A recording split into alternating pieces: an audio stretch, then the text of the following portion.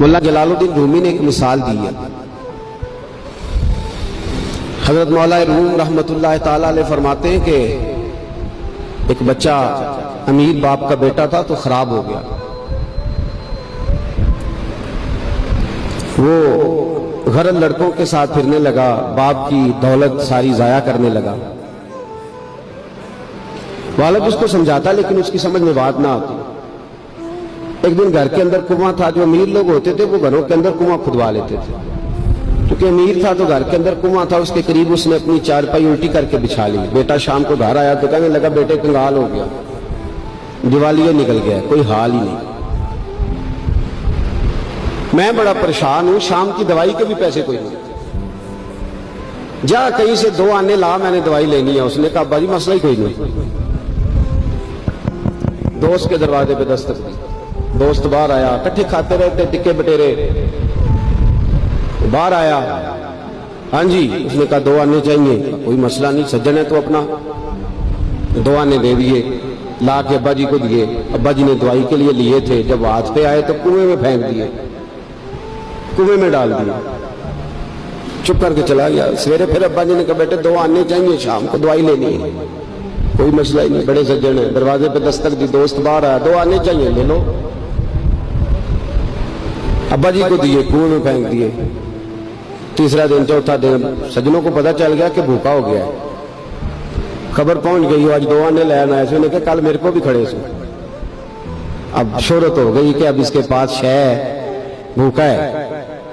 اب دروازے بند ہونے لگے، کھڑکیاں بند. انہوں آدھے میں کار کو نہیں. اب حال جو تھا وہ خراب ہونے لگا. کوئی نہیں پوچھنے والا، پریشان ہو گیا. ابا جی نے تو 2 آنے مانگ لینے ہیں شام. ملا رومی رحمت اللہ تعالیٰ علیہ فرماتے ہیں شام ہوئی، صبح دن چڑھا تو اٹھا. ابے نے کہا 2 آنے. اپنے شہر میں مزدوری بھی نہیں کر سکتا تھا، سارے جانتے تھے کہ چودھری صاحب کا بیٹا ہے، سیٹھ صاحب کا بیٹا ہے. دوسرے شہر چلا گیا. میری باتوں کی سمجھ آ رہی ہے آپ کو؟ دوسرے شہر گیا، مستریوں کے ساتھ مزدوری کرنے لگ گیا. شام ہوئی تو چھالے پڑ گیا تھا، پیروں تک پسینہ نکل گیا.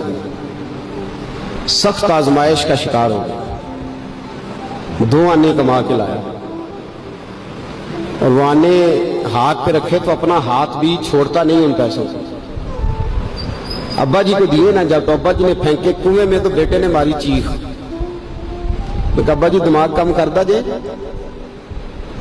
بوڑھے ہونے کے ساتھ ساتھ سٹھیا تو نہیں گئے آپ؟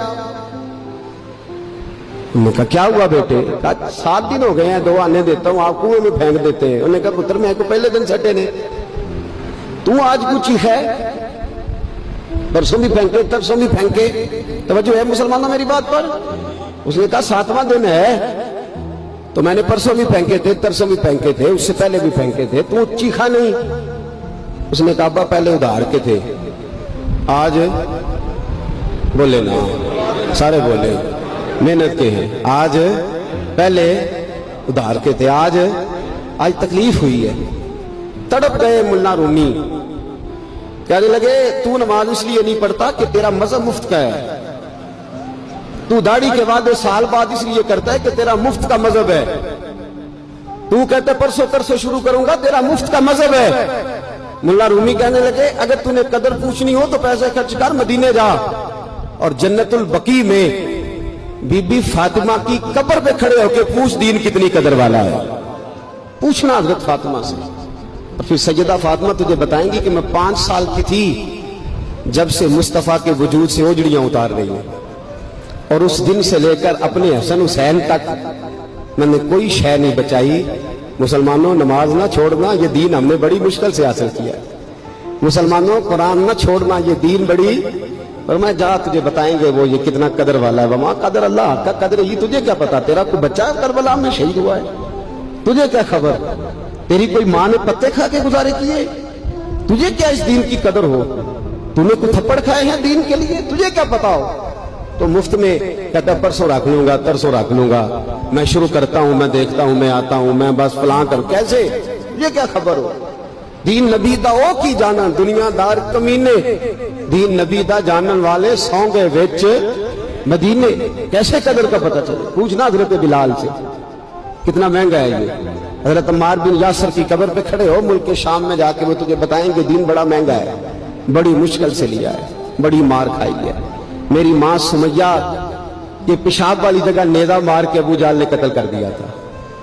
تب پوچھ تجھے پتا چلے یہ کتنا مہنگا ہے، تجھے کیا خبر ہو اس کی قدر کیا ہے، اور پھر بھی تجھے سمجھ نہ آئے، پھر بھی تجھے خیال نہ آئے۔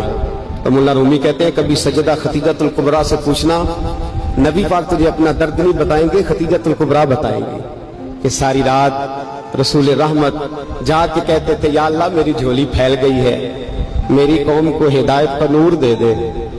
رات روتے گزر جاتی تھی، دن پتھر کھاتے گزر جاتا تھا۔ مفت کا دین آیا، کر لیتے ہیں، سوچ لیتے ہیں، سمجھ لیتے ہیں، دماغ انگریزی، ذہن انگریزی، لباس انگریزی، چہرہ انگریزی، اٹھنا بیٹھنا انگریزی، طرز حیات انگریزی۔ یہ مسلمان ہیں جنہیں دیکھ کے شرمائے یہود، سویرے موٹر سائیکل پہ بٹھا کے جاتے ہیں اسکول چھوڑنے بیٹے کو، اور ادھار پیسے لے کے فیس جمع کراتے ہیں۔ لیکن قاری صاحب کے پاس بچے کا مخارج ٹھیک ہوئے ہیں کہ نہیں، اس کی کوئی فکر نہیں کسی کو۔ قرآن شریف ہے، قاری صاحب پڑھانے آئے ہیں سائیکل پہ، بیچارے 1000 روپیہ لینا ہے انہوں نے، وہ باہر کھڑے ہیں دروازے پہ، اور نواب صاحب کے بچے اندر بیٹھے۔ تو کہتے ہیں او قاری صاحب کو دسنا یاد نہیں رہا، بچے نے پرسوں نان کے ٹر گئے نالے تسی تے کاری ہو، ایڈے کاری ہے چھوٹے جے مسجد دے مولوی ملوانے، پھر آ جائے پھر کہڑی گل ہے۔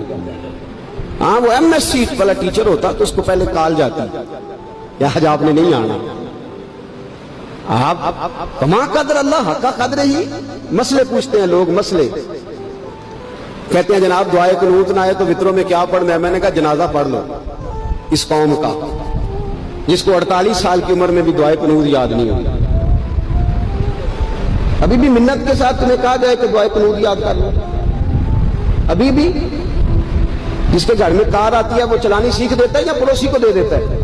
بولے نہیں ادگوانڈیوں نے دینا ہے، میں نہیں چلانی ہوتی تسی رات میں۔ عجیب تماشا ہے۔ نماز کی باری آتی ہے تو کہتا ہے کوئی نہیں قاری صاحب جو پڑھیں گے میں پیچھے پیچھے ٹھیک ہے، مجھے کوئی ضرورت ہی نہیں یاد کرنے کی۔